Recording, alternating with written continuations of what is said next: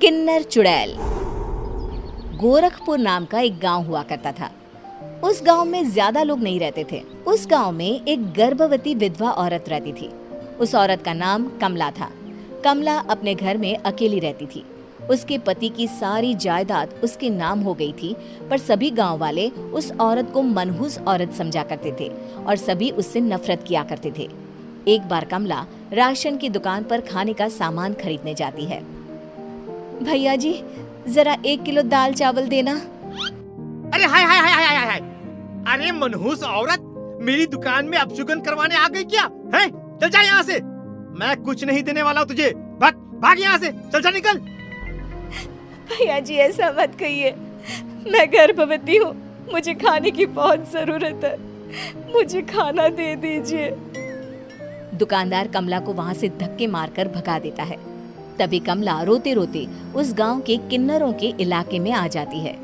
गांव वाले किन्नरों को उसी इलाके में रखा करते थे, क्योंकि वो लोग किन्नरों को पसंद नहीं करते थे और उनके इलाके में रहने से मना करते थे। तो किन्नरों ने उसी गांव में अपना एक इलाका बना लिया था। जब किन्नर लोग देखते हैं कि एक गर्भवती महिला रोते रोते उनके इलाके में आ गई है, तो सारे किन्नर कमला के पास जाकर उसका हाल पूछने लगते हैं।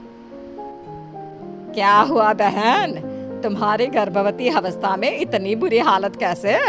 तुम रो क्यों रही हो?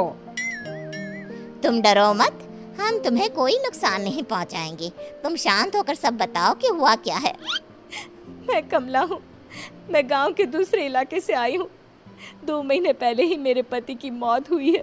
मुझे गांव के लोग मनहूस मानते हैं, क्योंकि मैं विधवा हूँ और गर्भवती भी। वहाँ के लोग मुझे खाने के लिए कुछ बेचने के लिए भी तैयार नहीं, जिससे मेरा गुजारा नहीं हो रहा था।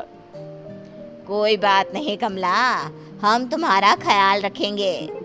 किन्नर लोग कमला को एक खाली घर में रहने के लिए जगह दे देते हैं और उसकी देखभाल भी करते हैं। कुछ ही महीने बाद कमला अपने बच्चे को जन्म देती है, पर अफसोस, कमला बच्चे को जन्म देते ही अपनी जान गंवा देती है। जब सब किन्नर बच्चे को देखते हैं तो बहुत खुश हो जाते हैं, क्योंकि वो बच्चा भी किन्नर ही था। कमला ने एक किन्नर बच्चे को जन्म दिया था। अब इस बच्चे की देखभाल कौन करेगा? हम तो इस बच्चे को गांव के दूसरे इलाके में भी नहीं भेज सकते। और तो क्या हुआ, इस बच्चे की माँ नहीं रही तो हम इसे पालेंगे। अब ये हमारे इलाके में रहेगा, हमारे साथ रहेगा। फिर वो किन्नर उस किन्नर बच्चे को गोद ले लेते हैं, उसका नामकरण कराते हैं। उस किन्नर बच्चे का नाम शक्ति रखा जाता है। देखते ही देखते शक्ति बड़ी होने लगती है। उसके रंग रूप बहुत सुंदर थे। वो बहुत सुंदर किन्नर दिखती है। एक दिन शक्ति एक किन्नर से पूछती है, माँ जी सुनिए ना, ये गांव के दूसरे इलाके में भी तो लोग रहते हैं, तो हम वहाँ क्यों नहीं जाते? हम उनसे अलग क्यों रहते हैं? शक्ति, क्योंकि वो लोग हमारे जैसे नहीं, वो लोग हमें पसंद नहीं करते, इसीलिए हम उनसे अलग रहते हैं। क्यों? वो हमें क्यों पसंद नहीं करते? मुझे एक बार उस इलाके में जाना है। मैं एक बार वहाँ जाकर घूम कर आऊं। शक्ति, खबरदार, जो तू उस इलाके में कभी भी गई तो अपनी जान नहीं गंवाना चाहती तो उस इलाके में कभी कदम भी नहीं रखेगी, समझी? इतना कहकर वो किन्नर वहाँ से चली जाती है। शक्ति उस किन्नर की बात सुनकर बहुत रोती है। माँ जी, ऐसा कैसे कह सकती है? उन्होंने इतनी सी बात के लिए मुझे इतना डांटा। अब तो मैं उस इलाके में जरूर जाऊंगी। फिर एक दिन शक्ति गांव के दूसरे इलाके में चुपके से जाती है। ये लोग तो हमारे जैसे ही इंसान हैं, तो ये हमसे नफरत क्यों करते हैं? जब शक्ति उस इलाके में पहुंचती है तो गांव के सारे आदमी उसके रूप से मोहित हो जाते हैं। वो लोग ये अंदाजा नहीं लगा पाते कि वो किन्नर है। शक्ति की सुंदरता देखकर सारे गांव वाले उसकी तारीफ करने लगते हैं। तभी गांव का चक्कर लगाने गांव के जमींदार का बेटा हर्ष वहां पहुंचता है। हर्ष भी दिखने में बहुत सुंदर होता है। जब हर्ष ने शक्ति को देखा तो वो भी उससे मोहित हो गया, और जब शक्ति की नजर हर्ष पर पड़ी तो वो हर्ष को देखकर मोहित हो गई। आपको पहले कभी इस गांव में देखा नहीं। इस गांव में आप नए हैं क्या? जी नहीं, वो मैं बस। तभी शक्ति बोलते बोलते रुक जाती है और मन में सोचने लगती है, अगर मैंने इनको बता दिया कि मैं दूसरे इलाके से आई हूँ तो वो समझ जाएंगे कि मैं किन्नर हूँ, इसलिए मुझे इनसे झूठ ही बोलना पड़ेगा। शक्ति हर्ष को कहती है, जी हाँ, मैं इस गांव में नई आई हूँ, यहाँ अकेली रहती हूँ। वैसे आप कौन है? आप भी इसी गांव में रहते हैं? जी हाँ, मैं इस गांव के जमींदार का बेटा हूँ। आपको किसी भी चीज की जरूरत पड़े तो आप मुझे बता देना, मुझे अच्छा लगेगा। ऐसे ही शक्ति और हर्ष एक दूसरे से रोज मिलने लगते। वो दोनों अपने प्यार का इजहार करने एक दूसरे से मिलने जाते हैं। तभी शक्ति का पीछा करते करते एक किन्नर वहां आ जाती है। शक्ति, मैं तुमसे बहुत प्यार करता हूँ। मैं तुमसे शादी करना चाहता हूँ। क्या तुम मुझसे शादी करोगी?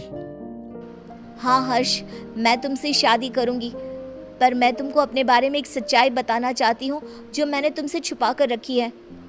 तभी उनके बीच में ही वो किन्नर आ जाती है। शक्ति, तेरी हिम्मत कैसे हुई ऐसा करने की? वो किन्नर शक्ति को खींचकर गांव के जमींदार के पास ले जाती है। हर्ष भी वहां शक्ति को बचाने के लिए पहुंच जाता है। जमींदार शक्ति और हर्ष के प्यार के बारे में सुनकर गुस्से में आ जाता है और शक्ति को गांव के बाहर निकालने की सजा देता है। शक्ति ये बात सहन नहीं कर पाती और कुएं में कूदकर अपनी जान दे देती है।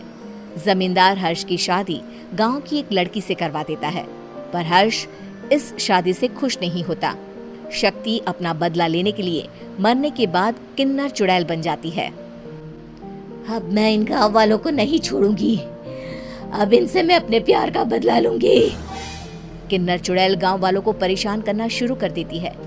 एक बार वो रात को गांव के खेतों में पहुंच जाती है और वहां आग लगा देती है। सारी फसल जल के राख हो जाती है। जब एक आदमी रात को उठकर देखता है कि खेत में आग लग गई है तो वो वहां पहुंच जाता है। वो देखता है कि खेतों के बीचों बीच एक किन्नर चुड़ैल खड़ी है और वहां खड़े होकर ताली बजा रही है। गांव वाला किन्नर चुड़ैल को देखकर बेहोश हो जाता है। जब सुबह उस आदमी को होश आता है तो वो सीधा जमींदार के पास जाता है। अरे जमींदार साहब, अरे वो किन्नर चुड़ैल ने मेरी सारी फसल चला दी। अब मैं क्या करूंगा? क्या होगा मेरा? जमींदार चुड़ैल किन्नर का नाम सुनते ही सब कुछ समझ जाता है। अब वो बहुत डर जाता है।